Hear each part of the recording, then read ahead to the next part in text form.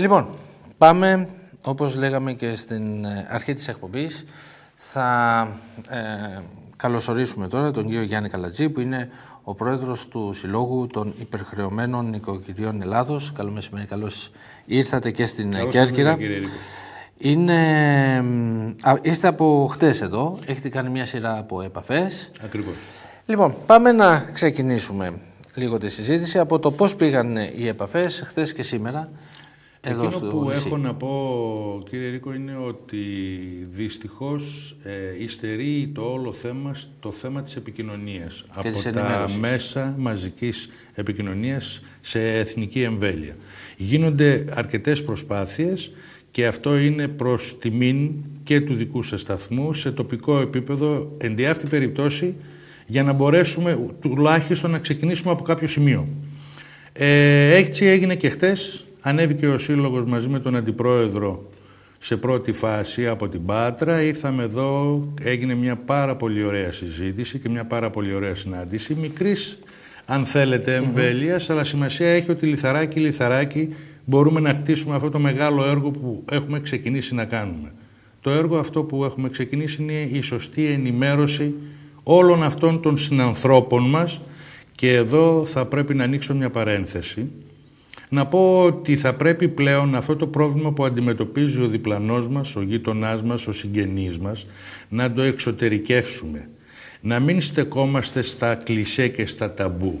Είναι ένα θέμα που μας έχει ήδη χτυπήσει την πόρτα, το αντιμετωπίζουμε σε καθημερινή βάση, και αν δεν δώσουμε τη δυνατότητα σε κάποιους ανθρώπους που γνωρίζουν αυτό το αντικείμενο και έχουν κάποιες γνώσεις και έχουν κάποιες εμπειρίες μέσα από συλλογικά όργανα όπως είναι ο Σύλλογος Υπερχρεωμένων Νοικοκυριών Ελλάδος, όπως είναι το ΕΙΝΚΑ, όπως είναι το ΕΚΠΙΖΟ, μέσα από δικηγορικούς συλλόγους, να μπορέσουν όλοι αυτοί οι άνθρωποι να αντλήσουν κάποιες πληροφορίες, αν θέλετε, τέτοιες που θα τους δώσουν τη δυνατότητα στην παραπέρα ενέργεια και στη ζωή τους να μπορούν να αντιμετωπίσουν. Και εδώ μπορεί να θεωρηθώ ότι είμαι λίγο σκληρός, τη θηλιά που κυριολεκτώ. Όλοι μας έχουμε μία θηλιά στο λαιμό μας περασμένη, η οποία μας φύγει. Μάλιστα. Δεν θα πρέπει να ξεχνάμε τι γίνεται και τι πρόκειται να γίνει στην πορεία. Μάλιστα. Λοιπόν, πάμε να δούμε λίγο το θέμα. Όταν λέμε υπερχρεωμένα νοικοκυριά, τι εννοούμε? Όταν λέμε υπερχρεωμένα νοικοκυριά, τι εννοούμε? Που είναι και προφανές, αλλά να το αναλύσουμε. Όχι πέρα από το προφανές. Είναι απλώς ένας τίτλος, ή αν θέλετε είναι μια ιδιομορφία για να μπορέσει να ξεκινήσει μια ολόκληρη διαδικασία ενεργειών σε τέτοιο σημείο που να δώσει τη δυνατότητα, γιατί η νοικοκυριά είναι όλα. Και ένας συνταξιούχος είναι νοικοκύρης, και ένας ιδιωτικός υπάλληλος, ένας έμπορος, ένας επιχειρηματίας, μια όμικρον ή μια αε επιχείρηση. Όλοι αποτελούνται, όλες αυτές οι καταστάσεις, από κάποια νοικοκυριά. Άρα λοιπόν είναι ευρύ φάσμα αυτής της λέξης. Το συγκεκριμένο νόμος και η συγκεκριμένη διαδικασία ρύθμισης αναφέρεται ακριβώς για αυτό το πράγμα. Έχει κάποιες εξαιρέσεις. Ξεκίνησε, και δυστυχώς, εδώ θα πρέπει να πω ότι είμαστε από τις τελευταίες χώρες που αυτός ο νόμος άρχισε να εφαρμόζεται. Θα πρέπει να πω ότι ακόμα είναι και... ο νόμος Κατσέλη. Είναι ο νόμος Κατσέλη, ο 3869 με αριθμούς. Θα πρέπει λοιπόν εδώ να σταθώ λίγο και να πω ότι σε αρκετές χώρες, ακόμα και στις ανατολικές, αυτός ο νόμος υπήρχε. Ενδεικτικά να πω ότι στην Αγγλία ο νόμος αυτός ξεκίνησε από το 1895. Τόσο παλιά. Μάλιστα. Η σημασία όμως έχει ότι βρέθηκε κάποιος άνθρωπος και ξεκίνησε να κάνει αυτό το πράγμα και στην Ελλάδα. Ναι. Στην εποχή της κρίσης όμως, της οικονομικής κρίσης. Της οικονομικής κρίσης. Ενώ τότε που έχει δημιουργηθεί και έχει ξεκινήσει σε άλλες χώρες δεν υπήρχε οικονομική κρίση. Απλώς τον είχαν εντάξει μέσα στη διαδικασία των ρυθμίσεων και των νόμων.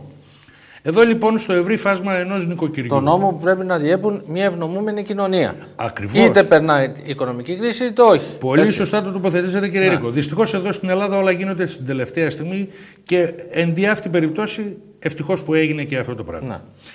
Αυτή η διαδικασία λοιπόν έχει να εντάξει κάτω από την ομπρέλα αυτή του νόμου και της Κατσέλη κάποια χρεωμένα νοικοκυριά, γιατί θεώρησε ότι σε πρώτη φάση, επειδή υπήρχε ένας προγενέστερος νόμος, ο οποίος μπορούσε να καλύψει κάποιους επιχειρηματίες, κάποιους εμπόρους, είναι ο 3588 και εν συνεχεία έχει γίνει μια τροποποίηση του άρθρου 99, θεώρησε ότι για αυτούς που δεν είχε γίνει τίποτα ήταν τα φυσικά πρόσωπα.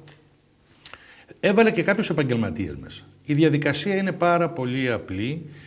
Μπορεί οποιοσδήποτε, συγκεντρώνοντας κάποια δικαιολογητικά τα οποία μπορεί να τα βρει ακόμα και μέσα στο ίντερνετ, δημιουργεί μία οικονομοτεχνική μελέτη και εκεί είναι το μυστικό της όλης υπόθεσης. Θα πρέπει λοιπόν αυτή η μελέτη να είναι σωστά τεκμηριωμένη, σωστά τοποθετημένη, έτσι ώστε να δώσει τη δυνατότητα σε αυτόν τον άνθρωπο που θα τη διαβάσει, που αυτός στην ουσία θα είναι ο δικαστής, με την νομική υποστήριξη ενός νομικού, γιατί αυτή είναι και η δουλειά του και εκεί θα καταλήξει, γιατί κανένας άλλος δεν μπορεί να κάνει τίποτα, να καταλάβει το μέγεθος και το πρόβλημα αυτού του υπερχρεωμένου πολίτη, αυτού του υπερχρεωμένου νοικοκυριού. Και εδώ θέλω να σταθώ, να πω ότι η λέξη υπερχρέωση είναι και αυτή υποκειμενική. Γιατί θα μου πείτε, κάποιοι πληρώνουν. Πώς πληρώνουν? Τι στερούνται για να πληρώσουν και να είναι ενήμεροι? Και κάτω από ποιες συνθήκες πληρώνουν σήμερα και τι φοβούνται μην τυχόν και βρεθούν στην ανάγκη να μην πληρώσουν? Και εν αυτή την περίπτωση, κύριε Ρίκο, μέχρι πότε θα πληρώνουν?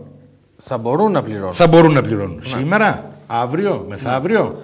Με το 30% ανεργίας. Δυστυχώς είναι πάρα πολύ μεγαλύτερο. Είναι πολύ μεγαλύτερο. Είναι πολύ μεγαλύτερο, δεν ανακοινώνεται. Ναι, είναι πολύ μεγαλύτερο. Όλοι ξέρουν οι παρικούντες τι ακριβώς συμβαίνει. Ακριβώς. Μόνο επειδή οι περισσότεροι απασχολούνται προσωρινά με τα δίμηνα και τα πεντάμηνα και τα επτάμηνα, ουσιαστικά είναι ενδυνάμει άνεργοι. Όλοι είναι ενδυνάμει άνεργοι και δεν θέλω να επεκταθώ. Και συγγνώμη μου, σας διακόπτω, και με τα 400 και 500 ευρώ μισθό, έτσι. Και πολλά λέτε. Υπάρχουν σήμερα, βεβαίως πολλά λέτε. Δυστυχώς, εκεί ήθελα να επέμβω.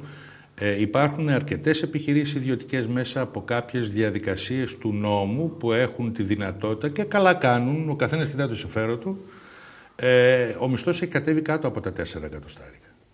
Και με την έννοια της ημιαπασχόλησης μπορεί να είναι ακόμα πιο κάτω.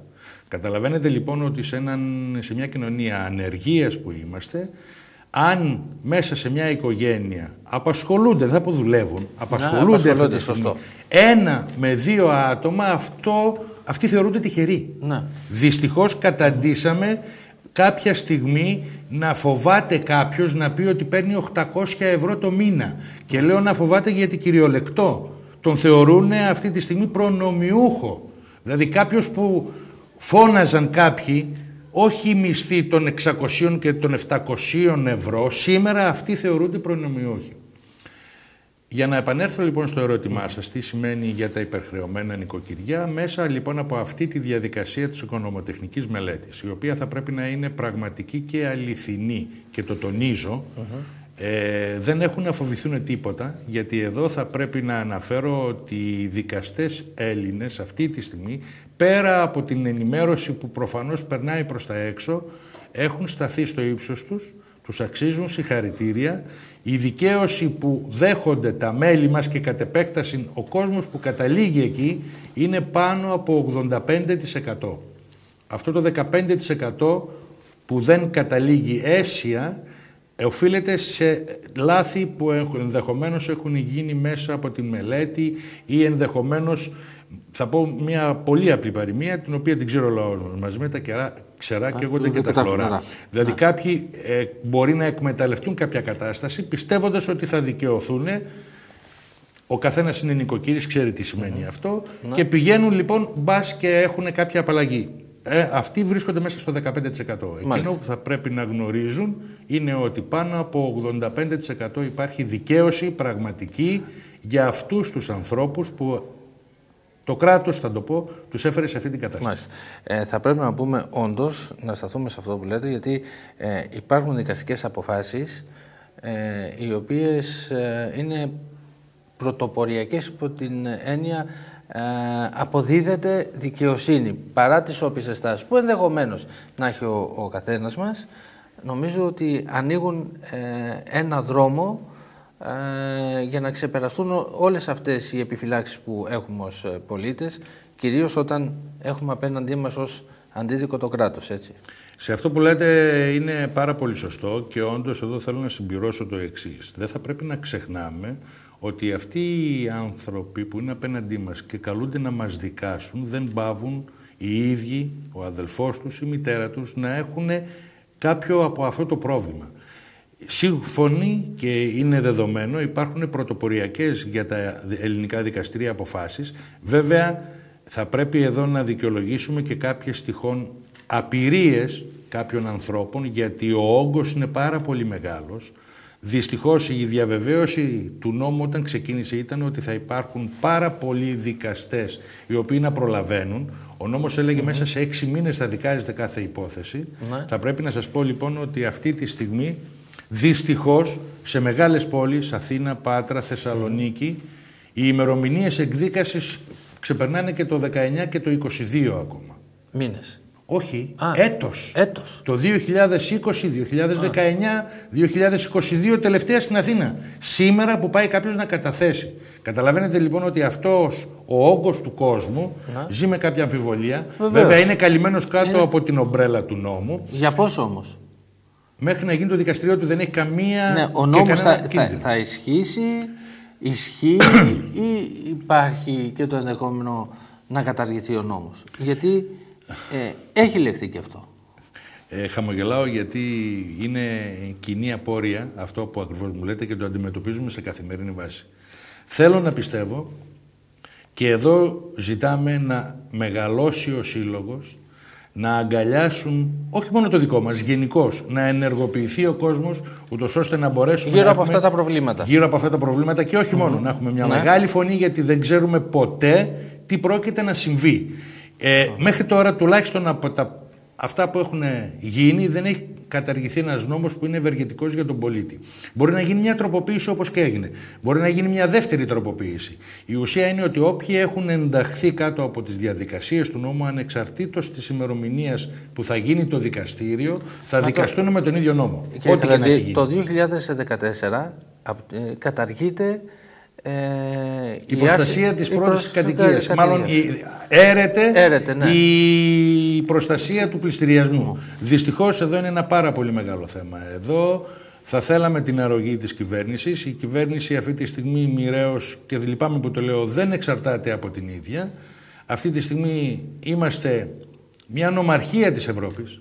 Δυστυχώς εκεί έχουμε καταλήξει. Κάποιοι λένε για υποχείρια της Τρόικας. Εγώ θα το πω πιο εξευγενισμένα και είπα νομαρχία. Μεταφέρω ακριβώς. Έτσι είναι, δεν ξέρω αν μπορούσα να το πω εγώ. Εκείνο που έχει σημασία όμως, κύριε Ρίκο, είναι ότι υπάρχει ένα σχέδιο, γιατί όλα αυτά γίνονται βάσει ενός σχεδίου, το οποίο σχέδιο μας θέλει υποχείριο. Φαντάζομαι ότι και ο δημοσιογράφος, που είναι και πολίτης, οφείλει να μεταφέρει αυτά που λένε και οι συμπολίτες και μέλη και του συλλόγου σας. Μα είναι κοινό μυστικό τι ακριβώς γίνεται. Δεν μπορούμε να κρυφτούμε πίσω από το δάχτυλό μας, κύριε Ρίκο. Θα πρέπει λοιπόν να... Δηλαδή για τα πάντα ρωτάμε την Τρόικα. Ακριβώς. Και περιμένουμε το OK της Τρόικα. Και δυστυχώς έχει περάσει στον κόσμο ότι αυτοί οι χριστιανοί, αυτοί οι άνθρωποι, δεν ξέρω αν είναι χριστιανοί, ας μου επιτραπεί αυτή η έκφραση, αυτοί οι άνθρωποι λοιπόν είναι οι κυρίαρχοι. Είναι 3 υπάλληλοι.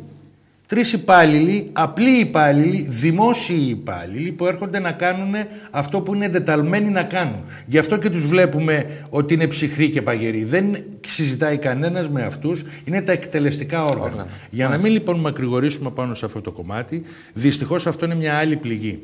Εδώ λοιπόν τι θέλει να κάνει η Τρόικα? Θέλει να, επειδή πρωτοποριακό κομμάτι ήταν η προστασία της πρώτης κατοικίας. Η προστασία της πρώτης κατοικίας δεν υπάρχει σε κανένα κράτος. Είμαστε το μόνο, τουλάχιστον σε αυτό μπορούμε να το πούμε, πρωτοπόροι. Ο νόμος αυτός προστατεύει την πρώτη κατοικία. Για αυτόν ο οποίος θα ενταχθεί στη διαδικασία του νόμου. Ο Υπουργός λοιπόν Εργασίας τι έκανε? Είπε ότι με υπουργική απόφαση όλα αυτά τα χρόνια θα καλύψω τους πληστηριασμούς και για αυτούς οι οποίοι δεν έχουν ενταχθεί. Αυτή ήταν η διαδικασία.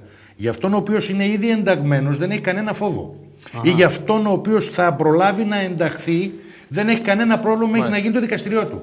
Γιατί αυτόματα η τροποποίηση που έγινε και ο παλιός ο νόμος έδινε τη δυνατότητα στον οφειλέτη και αυτόν στον χρεωμένο να προστατέψει με ασφαλιστικά μέτρα την περιουσία του μέχρι να γίνει το δικαστήριο.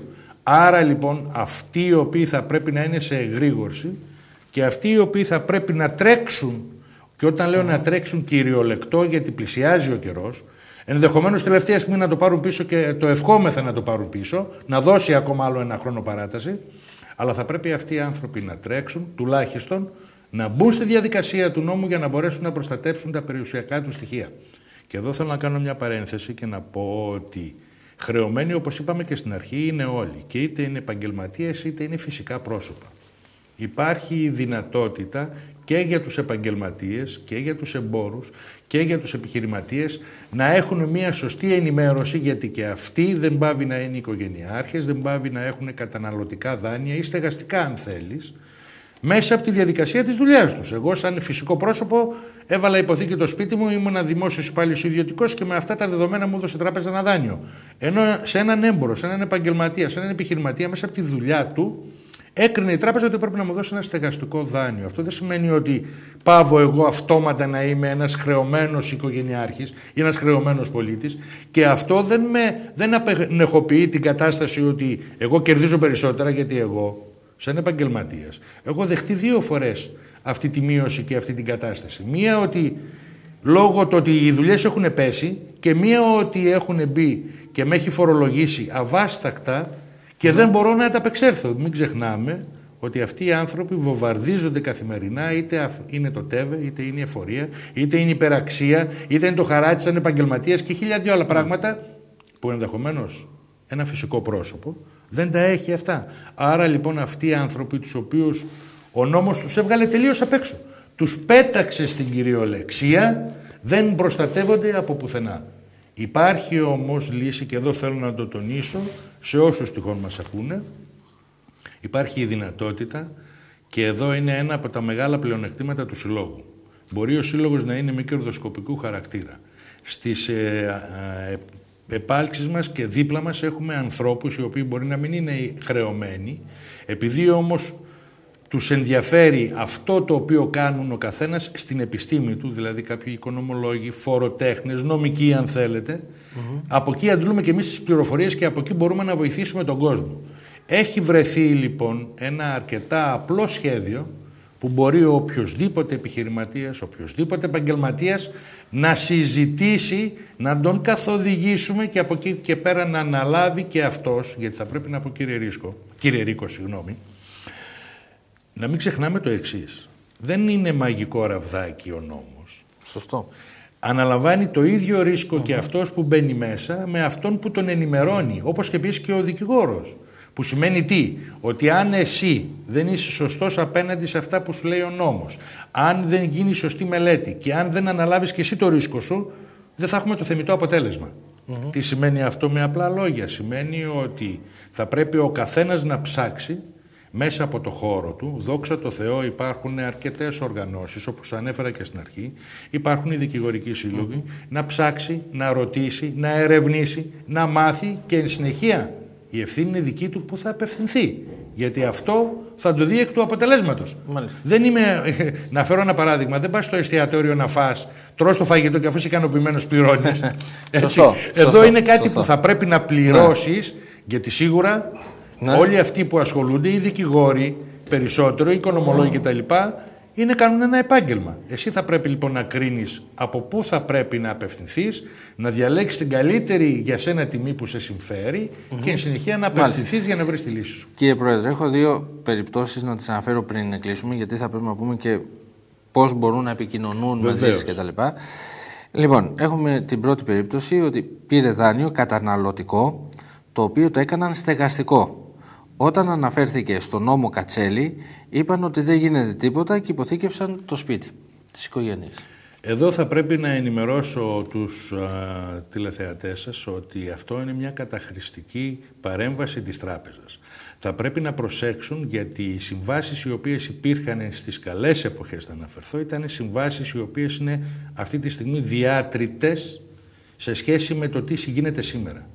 Δεν θα πρέπει λοιπόν να υπογράφουν καμία καινούργια σύμβαση, δεν έχουν να φοβηθούν τίποτα και πολύ περισσότερο δεν μπορούν να πάνε να υποθηκεύσουν το σπίτι τους για ένα καταναλωτικό δάνειο για τον εξής και απλό λόγο. Ο νόμος είναι σαφέστατος και λέει ότι χωρίζει τα δάνεια σε 2 κατηγορίες. Άρα, ναι. Στη μία σε αυτά τα δάνεια που έχουν εξασφάλιση και στην άλλη σε αυτά τα δάνεια που δεν έχουν εξασφάλιση. Αλλιώς αντιμετωπίζει το δάνειο με εξασφάλιση και πρέπει να πληρωθεί με ό,τι δυνατότητα μπορεί να πληρώσει ο καταναλωτής, και αλλιώς αντιμετωπίζει το δάνειο που δεν είχε εξασφάλιση, πάει άτοκο και πληρώνει ό,τι του περισσεύει για 4 χρόνια. Στην περίπτωση λοιπόν του τηλεθεατή σας, έχω να προτείνω το εξής. Επειδή αυτό έγινε με δόλο απέναντί του, προφανώς γιατί έχουμε πάρα πολλές τέτοιες καταγγελίες στο Σύλλογο, πήγε να κάνει μια ρύθμιση ο Χριστιανός, όπως είπαμε στην αρχή, σαν καλός οικογενειάρχης, αναγνωρίζω ότι πρέπει να πληρώσει. Του πασάρανε κάποια χαρτιά και έβαλε την υπογραφή του, γιατί ποτέ δεν κοιτάγαμε τα ψηλά γράμματα, αλλά και να τα κοιτάγαμε δεν έχουμε τις γνώσεις να μπορείς να καταλάβεις. Ναι. Εκεί λοιπόν με δόλο η τράπεζα μπορεί να του έκανε και το άλλο και να μην το ξέρει. Μπορεί αυτή τη σύμβαση που έκανε η τράπεζα από τη μία τσέπη να έβγαλε λεφτά, να πλήρωσε το δάνειο και να του είπε έκανες μια ρύθμιση για... ενώ ήταν να το ξοφλήσει σε 10 χρόνια, στο έκανα για 20 και τα 20.000 το έκανε 50. Αυτό λοιπόν είναι καταχρηστικό και εκεί μπορεί και έχει τη δυνατότητα, ανεξάρτητα του είπαν, να ενταχθεί στη διαδικασία του νόμου και με μια τεκμηριωμένη μελέτη και με τα στοιχεία που έχει στα χέρια του προγενέστερης σύμβασης να πάει και να καταρρύψει μέσα από τη διαδικασία του νόμου την καινούργια σύμβαση που με δόλο του έκανε η τράπεζα. Μάλιστα. Μπορεί να ενταχθεί. Και μια δεύτερη περίπτωση ότι είναι μονογονεϊκή οικογένεια με 2 παιδιά, σπουδάζουν, 14.000 τεκμαρτό και δεν τα έλαβαν υπόψη τους. Δεν τα έλαβε υπόψη τους ποιος, η τράπεζα για να του κάνει ρύθμιση. Ναι. Εδώ θα πρέπει να επιμείνω, κύριε Ρίκο, και να πω ότι αυτή τη στιγμή μπορεί να ακουστεί σκληρό, αλλά αυτή είναι η πραγματικότητα. Θα πρέπει να συμφωνήσουμε όλοι και θα πρέπει να παραδεχτούμε ότι απέναντί μας έχουμε πλέον ένα μαγαζί, το οποίο λέγεται τράπεζα. Δεν πάμε όμως να είναι ένα μαγαζί το οποίο εμπορεύεται χρήμα.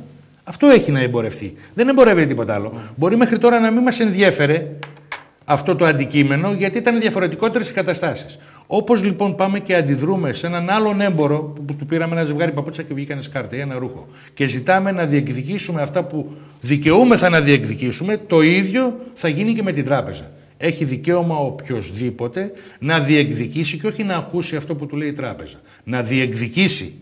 Και από εκεί και πέρα σίγουρα κάτι θα κερδίσει περισσότερο. Μάλιστα. Άρα λοιπόν θα πρέπει όλοι μας να ξεκινήσουμε, να ενημερωθούμε για να μπορέσουμε να διεκδικήσουμε αυτά που ο νόμος και η τροποποίηση μας δίνουν τη δυνατότητα να κερδίσουμε. Ωραία. Λοιπόν, κλείνοντας, εδώ στην Κέρκυρα, ένας συμπολίτης που μας έχει ακούσει και θέλει ή έχει ενημερωθεί από την επίσκεψή σας την διήμερη εδώ και θέλει να συμμετέχει στον Σύλλογο ή να πει το πρόβλημά του. Πού απευθύνεται? Εδώ απευθύνεται στην συνεργάτηδά μας και αντιπρόσωπο του Συλλόγου, η οποία είναι η κυρία Λούβαρη Βίλη, και εν συνεχεία μέσα στο site του Συλλόγου που είναι www.sipne.gr μπορεί να βρει οποιοδήποτε στοιχείο θέλει, να ενημερώσει με ένα email το Σύλλογο, θα του απαντήσει ο Σύλλογος και από εκεί και πέρα η διαδικασία του να είναι ήσυχος ότι θα πάρει το δρόμο, γιατί μπορούμε να εξυπηρετήσουμε. Και εδώ θα μου επιτρέψετε να κάνω μια παρένθεση. Ο Σύλλογος αυτή τη στιγμή έχει μέλη σε όλη την Ελλάδα και κυριολεκτό, και αυτό είναι αποδεικτέο, μπορεί να αποδειχθεί από τις αιτήσεις που έχουμε. Και όχι μόνο. Έχουμε Έλληνες οι οποίοι αναγκάστηκαν αυτά τα χρόνια να φύγουν και είχαν αφήσει πίσω τους τέτοιες εκκρεμείς υποθέσεις και έχουμε επισκεψιμότητα και μέλη από όλο τον κόσμο. Από όλο τον κόσμο. Αυτό είναι δεδομένο. Άρα λοιπόν να μην ανησυχεί ο φίλος ο Κερκυραίος. Υπάρχει εδώ στην Κέρκυρα η κυρία Λούβαρη Βίλη. Έχει τη δυνατότητα να τον εξυπηρετήσει και να την βρει, και μέσα από το site του Συλλόγου και από το email του Συλλόγου μπορεί να έχει μια απευθείας ή μια καθοδήγηση του τι πρέπει να κάνει. Ωραία. Σας ευχαριστώ πολύ και εγώ σας για τη συζήτηση και θα είμαστε σε επαφή και θα τα λέμε και τηλεφωνικά για όλες αυτές τις υποθέσεις. Είμαστε πάντα ανοιχτοί και μπορούμε να πληροφορήσουμε, γιατί αν μη τι άλλο η πληροφόρηση είναι δωρεάν. Όπως είπα, είμαστε μη κερδοσκοπικού χαρακτήρα και να μην φοβάται κανένας να σηκώσει ένα τηλέφωνο. Σίγουρα θα βγει κερδισμένος. Ωραία. Σας ευχαριστώ πολύ. Και εγώ σας